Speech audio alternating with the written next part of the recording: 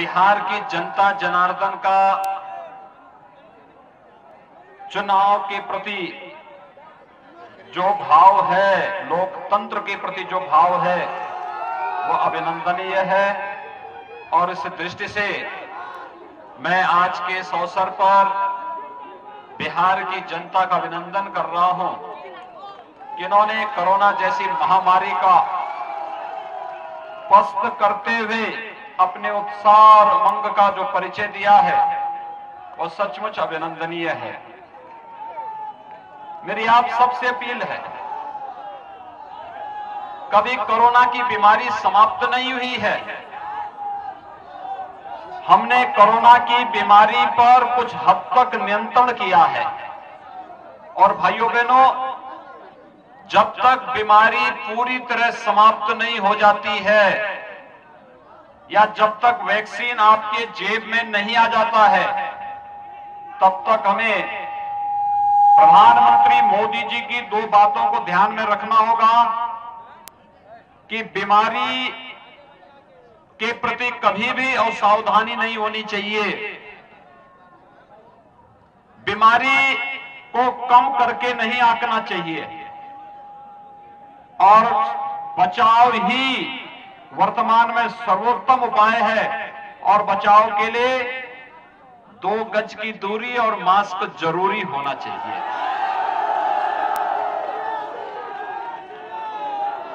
मैं कोरोना कालखंड के दौरान जब लॉकडाउन प्रारंभ हुआ था, तो भाइयों बहनों, लॉकडाउन के दौरान मैंने इस बात को देखा, बड़ी मात्रा में महाराष्ट्र से, पंजाब से, दिल्ली से, राजस्थान से, उत्तर प्रदेश और बिहार के कामगार श्रमिकों को, नौजवानों को अपना रोजी रोजगार छोड़ करके अपने गांव घर के लिए वापस आने के लिए मजबूर होना पड़ा था। और उस दौरान भले ही महाराष्ट्र के अंदर, दिल्ली के अंदर, पंजाब के अंदर, राजस्थान के अंदर, उत्तर प्रदेश, बिहार, झारखंड, बंगाल के नौजवानों की उपेक्षा हुई हो, लेकिन जैसे वे उत्तर प्रदेश के अंदर पहुंचे, पूरा शासन, पूरा प्रशासन वहां पर उन सबके सहयोग के लिए, उनके स्वागत के लिए और उन्हें हर संभव सहायता देने के लिए वहां पे तत्पर खड़ा था। लोग मुझसे पूछते थे कि आखिर इतनी बड़ी व्यवस्था क्यों? तो मैंने कहा था, देखिए, वैश्विक महामारी, ये लड़ाई एक व्यक्ति की नहीं है, पूरे देश की लड़ाई है, मानवता को बचाने की लड़ाई है। और फिर अगर बिहार के लोग उत्तर प्रदेश से होकर के जाएंगे तो ये तो हमारा दायित्व बनता है। वैसे भी मां सीता के मायके का होने के नाते बिहार के नागरिकों का, वहां के नौजवानों का स्वागत करना हमारा दायित्व बनता है। और भाइयों बहनों, आपने देखा होगा, उत्तर प्रदेश के अंदर किसी को कोई समस्या नहीं हुई, हमने होने भी नहीं दी। सबके रहने की, सबके खाने की, सबके घर तक पहुंचाने की कुशलता पूर्वक व्यवस्था करने का कार्य किया। और हम सब आभारी हैं प्रधानमंत्री मोदी जी के, जिन्होंने लॉकडाउन प्रारंभ होते ही गरीब कल्याण पैकेज की घोषणा करके गरीबों के लिए अन्न की व्यवस्था, गरीबों के लिए रोजगार की व्यवस्था, गरीबों के खाते में पैसे देने की व्यवस्था पूरी मजबूती के साथ किया। ये तकनीक का भी और शासन की दृढ़ इच्छा शक्ति को भी परिचय देने वाला फैसला था। 20 लाख करोड़ रुपए का आत्मनिर्भर पैकेज, भाइयों बहनों, आज तक कभी नहीं इतना बड़ा पैकेज मिला जो प्रधानमंत्री मोदी जी ने देश की जनता के हित में कदम उठाए थे। हर एक नौजवान के लिए रोजगार की व्यवस्था के लिए, हर एक के स्वावलंबन के लिए, भारत की अर्थव्यवस्था को फिर से एक नई ऊंचाइयों तक पहुंचाने के लिए जो कदम उठाए गए थे, वह अभिनंदनीय कदम है। और आज उसी का परिणाम है कि आपकी दृढ़ इच्छा शक्ति के सामने कोरोना परास्त हो रहा है, पस्त हो रहा है और भारत विजयी मुद्रा में आगे बढ़ते हुए जा रहा है। जैसे बिहार के इन नौजवानों के उमंग ने, उत्साह ने कोरोना को पस्त किया है, भाइयों बहनों, ऐसे ही जातिवादी और वंशवादी ताकतों को बिहार के अंदर फिर से पस्त किए जाने की आवश्यकता है। और उन्हें पस्त करने के लिए आप सबका आह्वान करने के लिए मैं आपके बीच आया हूं। हम सब जानते हैं, आज से 15 वर्ष पहले बिहार के सामने अपनी पहचान को छुपाने की एक मजबूरी आ गई थी। पहचान का एक संकट खड़ा कर दिया था कुछ लोगों ने। कौन वे लोग थे?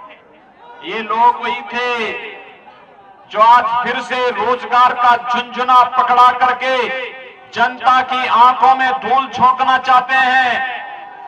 याद करिए, 15 वर्ष पहले इनके जंगल राज को जब इन्होंने जाति के नाम पर परिवारवाद की राजनीति को बढ़ावा दिया और परिवारवाद के नाम पर भ्रष्टाचार को बढ़ावा देकर के बिहार में जंगल राज की स्थिति पैदा कर दी थी और बिहार के नौजवानों के सामने अपनी स्वयं की पहचान को छुपाने की एक मजबूरी सामने आ चुकी थी। भाइयों बहनों, पिछले 15 वर्षों के दौरान श्री नीतीश कुमार जी के नेतृत्व में विकास और सुशासन की जिस यात्रा को बिहार ने तय किया है, यही एक समृद्ध और खुशहाल बिहार का मार्ग प्रशस्त करता है।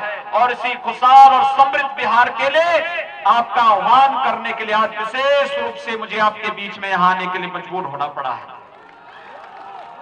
भाइयों बहनों, बिहार अपनी युवाओं की ऊर्जा के लिए जाना जाता है। बिहार यहां के नौजवानों की प्रतिभा को दुनिया मानती है। यहां के नौजवानों की ऊर्जा और यहां के नौजवानों की पूरी प्रतिभा आज दुनिया उसका लोहा मानती है। लेकिन भाइयों बहनों, ये जातिवादी और परिवारवादी ताकतों ने बिहार की इस पहचान को, बिहार के युवाओं की इस ऊर्जा को, इस प्रतिभा को पूरी तरह कुंद करने का कार्य किया। लेकिन आज एक बार जब विधानसभा के चुनाव हो रहे हैं तो मैं आप सबका आह्वान करना चाहता हूं। आज आपके सामने कांग्रेस और राजद के लोग तमाम प्रकार की ताकतों के साथ जो समाज के विरोधी हैं, जिनके द्वारा हिंसा और हिंसा के अलावा कोई दूसरा उनके सामने कोई दूसरा मार्ग नहीं, उन लोगों के साथ गठजोड़ करके जैसे फिर से यहां की विकास को बंधक बनाना चाहते हैं, उसी पर आपका आह्वान करने के लिए मैं आपके बीच आया हूं। आपने 6 वर्ष पहले प्रधानमंत्री के रूप में मोदी जी का चयन किया और जब मोदी जी देश के अंदर प्रधानमंत्री बने, उन्होंने देश की राजनीति की धुरी को बदलने का कार्य किया। आपने देखा होगा, प्रधानमंत्री के रूप में देश की राजनीति की धुरी को बदलने का जो कार्य प्रधानमंत्री मोदी जी ने किया है, उस कारण ये पोस्टर उठा दो भैया,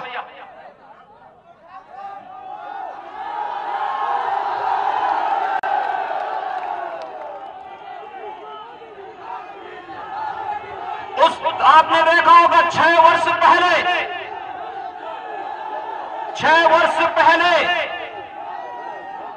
आपने देखा होगा 2004 से 2014 तक इस देश के अंदर कांग्रेस के नेतृत्व में यूपीए सरकार कार्य कर रही थी। तब राजद भी उनके साथ में था, ये कम्युनिस्ट भी उस समय इनके साथ में थे और तब इन्होंने नित्य नए घोटाले इनके सामने आते थे। कभी स्पेक्ट्रम घोटाला, कभी कोयला घोटाला, कभी कॉमनवेल्थ घोटाला, कहीं पर कोई अन्य घोटाला, और एक घोटालों पे घोटाले नए करते करते इन्होंने देश के सामने विश्वसनीयता का एक संकट खड़ा किया। ये वही लोग हैं, चाहे वो कांग्रेस हो चाहे वो राजद हो, इनमें केवल इनके लिए परिवार ही देश है। परिवार के बाहर नहीं सोच सकते और एक परिवार को लूट खसोट करने की खुली छूट मिले, इसके लिए इन्होंने पार्टियां गठित की हुई हैं। भाइयों बहनों, ये वही लोग हैं जो नारा लगाते थे और और जिस देश को कहते थे कि इस देश के संसाधनों पर पहला अधिकार किसी मजहब विशेष के बारे में कहते थे कि इस देश के संसाधनों पर इनका अधिकार है, कहां ले गए थे देश को। और आज तो जब 2014 में प्रधानमंत्री के रूप में मोदी जी आए तो मोदी जी ने पहली बात कही थी, देश के संसाधनों पर इस देश के गरीबों का अधिकार है, इस देश के गांव का अधिकार है, नौजवानों का अधिकार है, किसानों का अधिकार है, महिलाओं का अधिकार है, और इन सब के उत्थान के लिए हम कार्य करेंगे। एक एक के लिए कार्य योजना उन्होंने बनानी प्रारंभ की।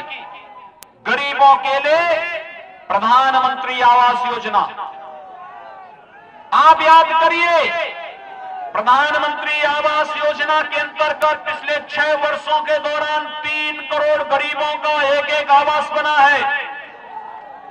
4 करोड़ गरीबों को विद्युत के निःशुल्क कनेक्शन मिले हैं। 8 करोड़ गरीबों को रसोई गैस के कनेक्शन मिले हैं। भाइयों बहनों, देश के अंदर 10 करोड़ गरीबों को एक एक शौचालय मिला है। 12 करोड़ किसानों को प्रधानमंत्री किसान सम्मान निधि का लाभ मिला है। 15 करोड़ नौजवानों को प्रधानमंत्री मुद्रा योजना में आर्थिक स्वावलंबन का लाभ मिला है। और 35 करोड़ गरीबों का जनधन अकाउंट खोला गया और 50 करोड़ गरीबों को 5 लाख रुपए सालाना आयुष्मान भारत में स्वास्थ्य बीमा का कवर देने का कार्य प्रधानमंत्री मोदी जी ने किया। कोई गरीब न उनकी जाति है, न मत है, न मजहब है, न क्षेत्र है, न भाषा है। प्रधानमंत्री मोदी जी ने तो एक ही कहा, हम सहयोग करेंगे सबका, कल्याण करेंगे सबका, न जाति के आधार पर, न क्षेत्र के आधार पर, न भाषा के आधार पर, न मत और मजहब के आधार पर, सबका साथ, सबका विकास का भाव देश के अंदर विकास के पथ पर अग्रसर करने के लिए करेंगे।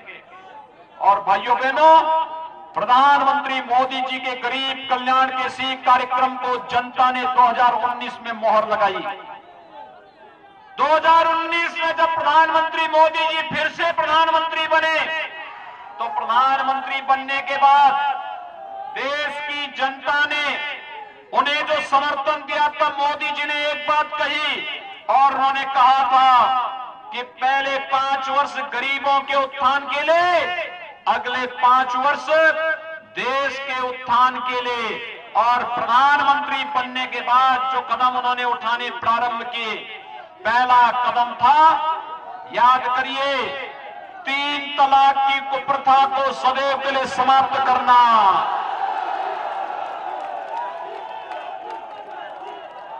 ये 3 तलाक की कुप्रथा ये केवल नारी गरिमा के ही प्रतिकूल नहीं था, बल्कि आधी आबादी को अपमानित करने की कुत्सित चेष्टा भी थी। और भाइयों बहनों, 3 तलाक की कुप्रथा को, सदियों की इस कुप्रथा को मजबूती के साथ रोकने का कार्य किसी ने किया, प्रधानमंत्री मोदी जी ने किया। दूसरा कदम उन्होंने उठाया। भाइयों बहनों, आज से पहले आपने देखा होगा, इससे पहले 1952 से लेकर के 2019 तक कांग्रेस सरकार के समय में कांग्रेस की सरकार ने व्यवस्था कर दी थी, कश्मीर के बाहर का व्यक्ति जमीन नहीं खरीद सकता था। और भाइयों बहनों, मोदी जी ने आपको छूट दे दी है, अगर बिहार का नौजवान कश्मीर के अंदर भी आवास बनाना चाहेगा, आप जाइए और भारत के एक नागरिक के रूप में कश्मीर में जमीन लेकर के अपना मकान बना सकते हैं। कश्मीर में धारा 370 को सदैव के लिए समाप्त कर दिया। भारतीय जनता पार्टी 1952 से नारा लगाती थी, एक देश में 2 विधान, 2 प्रधान और 2 निशान, नहीं चलेंगे नहीं चलेंगे के नारे लगते थे। एक भारत श्रेष्ठ भारत की परिकल्पना को किसी ने साकार किया है, प्रधानमंत्री मोदी जी ने किया है। और भाइयों बहनों, कश्मीर से धारा 370 को इसी क्रम में समाप्त करके आतंकवाद की ताबूत पर अंतिम कील ठोकने का कार्य भी किसी ने किया, प्रधानमंत्री मोदी जी ने किया। ये जो कांग्रेस और राजद के लोग आज भाकपा माले और नक्सलवादियों के साथ गठबंधन करके बिहार में फिर से जंगल राज्य स्थापित करना चाहते हैं, वे कान खोल करके सुन लें। कश्मीर के आतंकवाद के बाद अब नक्सलवाद को भी देश की धरती से पूरी तरह उखाड़ फेंकने की तैयारी चल रही है। अब भारत की धरती पर नक्सलवाद के लिए भी कोई जगह नहीं रहेगी। भाइयों बहनों, नक्सलवाद को समाप्त करने के बाद देश के अंदर लगातार एक मांग उठती थी, और वह मांग उठती थी, मुझे लगता है मैं जब पिछली बार लोकसभा चुनाव में आया था बिहार में, और लोकसभा चुनाव के दौरान जब मैं कहीं भी जाता था, महाराजगंज में भी आया था, और तब मुझे बताया गया कि नौजवान बोलते थे, यहाँ के पत्रकार मित्र बोलते थे, इनके द्वारा एक ही बात कही जाती थी कि योगी जी आप पिछली बार आए थे, आपने कहा था कि रामलला हम आएंगे, मंदिर वहीं बनाएंगे, क्या तारीख भी बताएंगे?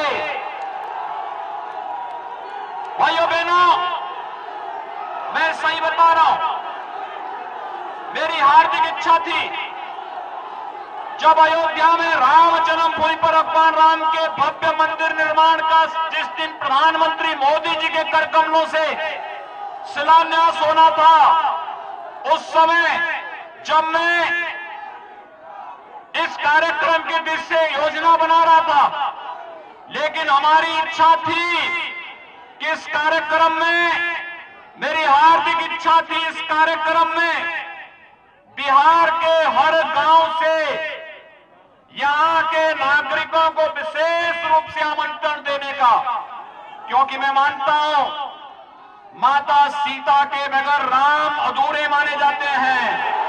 हम जब भी बोलते हैं जय सीताराम बोलते हैं, जय श्री राम बोलते हैं, श्री का मतलब माता सीता से ही है।